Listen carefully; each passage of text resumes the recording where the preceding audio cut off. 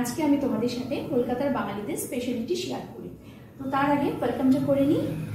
Hey guys, good evening, welcome to my channel. কেমন আছো তোমরা সবাই? আশা করছি সবাই ভালো আছো। তোমাদের ভালোবাসা আমিও ভালো আছি। তো শুরু থেকে শুরু করি।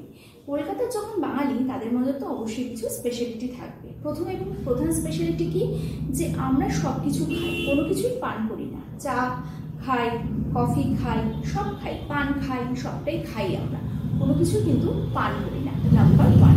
নাম্বার টু, কি দেখো গাড়ির আওয়াজ।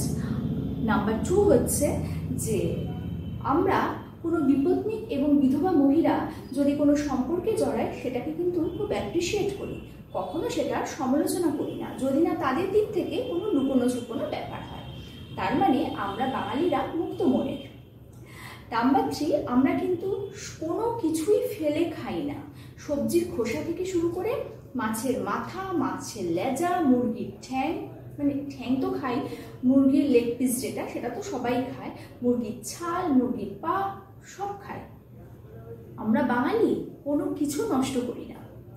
সন্ধেবেলায় কলকাতায় বেরোলে এটাকে লন্ডন মনে হোক চাই না হোক, লন্ডন কিন্তু মনে হবে, ওই যে ত্রিফলার জন্য।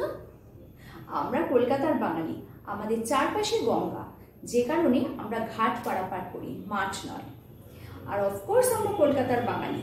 বাঙালি বলেই কেউ যদি কলকাতায় এসে বলে টিএনপিসি পলিটিক্স আর এগুলো আমরা পছন্দ করি না, কলকাতার পলিউশন আমাদের ভালো লাগে না, আমরা একদম বরদাস্ত করি না, সাথে সাথে তার প্রতিবাদ করি। আর হ্যাঁ, আমরা কলকাতার বাঙালি।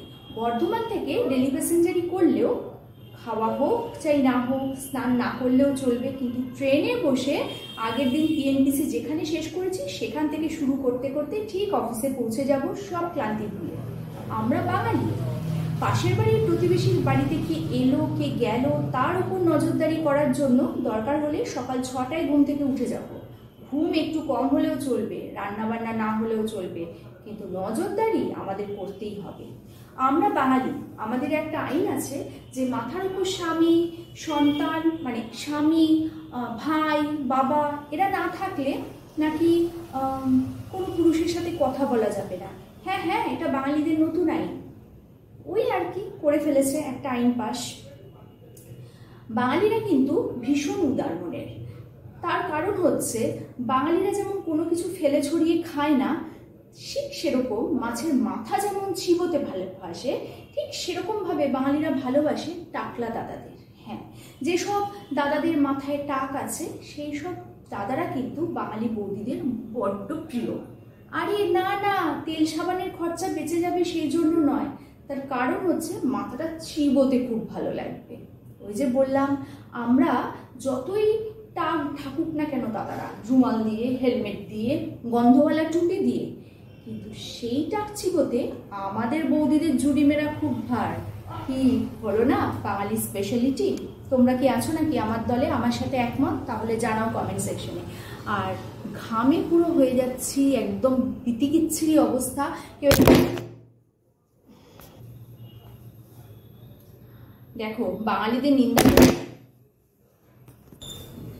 আজকের ভিডিওটা পুরোটাই আনকাট হবে। বাঙালিদের নিন্দা করতে গিয়ে ফোন গেল 3বার করে।